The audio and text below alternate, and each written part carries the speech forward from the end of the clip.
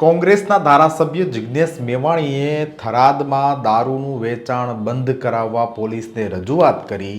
આ સાથે જ પોલીસના ટોપી પટ્ટા ઉતારવાનું નિવેદન આપ્યું અને પછી નાયબ મુખ્યમંત્રી હર્ષ સંઘવીએ નામ લીધા વગર સામા પ્રહારો કર્યા.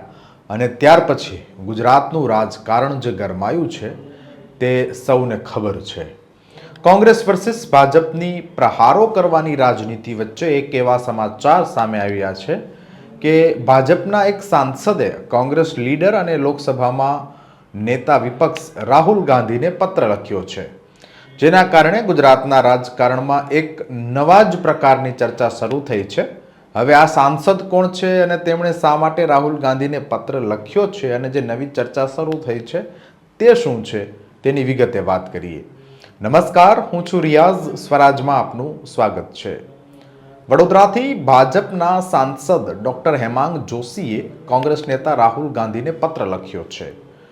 લોહ પુરુષ સરદાર વલ્લભભાઈ પટેલની 150મી જન્મજયંતિ નિમિત્તે આયોજિત એકતા માર્ચમાં ભાગ લેવા માટે રાહુલ ગાંધીને પત્ર લખીને આમંત્રણ આપ્યું છે, જેને કારણે ગુજરાતનું રાજકારણ ગરમાયું છે. વડોદરા લોકસભા મત વિસ્તારના સાંસદ ડોક્ટર હેમાંગ જોશીએ લખેલા પત્રમાં રાહુલ ગાંધીને વિનંતી કરી છે કે તેઓ આ એકતા પદયાત્રામાં વિપક્ષ નેતા તરીકે નહીં પણ એક ભારતીય તરીકે જોડાય. આ સાથે જ ડોક્ટર જોશીએ સ્પષ્ટ કર્યું હતું કે આ યુનિટી માર્ચ રાજકારણથી ઉપર છે અને તે રાષ્ટ્રીય એકતાનું પ્રતીક છે. ડોક્ટર જોશીએ રાહુલ ગાંધીને એકતા માર્ચમાં ચાલીને દેશની એકતાનો સંદેશો આપવા અને રાષ્ટ્રીય એકતાના મુદ્દા પર તમામ રાજકીય પક્ષો એકસાથે ઊભા છે તે સંદેશ આપવા વિનંતી કરી છે. સાંસદે એવું પણ સૂચન કર્યું કે ગુજરાત કોંગ્રેસના નેતાઓ પણ આ એકતા માર્ચમાં ભાગ લે, જેનો તેમને ફાયદો થશે. તેમણે પત્રમાં સુરક્ષા અને અન્ય વ્યવસ્થાઓની ખાતરી આપી હતી અને જણાવ્યું હતું કે મુખ્યમંત્રી ભૂપેન્દ્ર પટેલ તમારી જરૂરી વ્યવસ્થા કરશે. અત્રે ઉલ્લેખનીય છે કે ભારત સરકાર દ્વારા આજે 26 નવેમ્બરથી આગામી 6 ડિસેમ્બર દરમિયાન યુનિટી માર્ચનું આયોજન કરાયું છે. સરદાર વલ્લભભાઈ પટેલની 150મી જન્મ જયંતિની ઉજવણીના ભાગરૂપે કરમસદથી સ્ટેચ્યુ ઓફ યુનિટી સુધી આ એકતા માર્ચ નીકળશે. આ યુનિટી માર્ચ 29-30 નવેમ્બરના રોજ વડોદરામાંથી પસાર થવાની છે.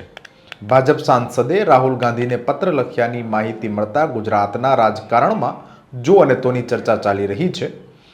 આ સાથે જ ભાજપના સાંસદે એવું પણ કીધું કે ગુજરાત કોંગ્રેસના નેતાઓ પણ આ એકતા માર્ચમાં જોડાય અને બસ ત્યારથી પછી આખી ચર્ચા શરૂ થઈ છે અને આરોપ પ્રત્યારોપ ચાલી રહ્યા છે.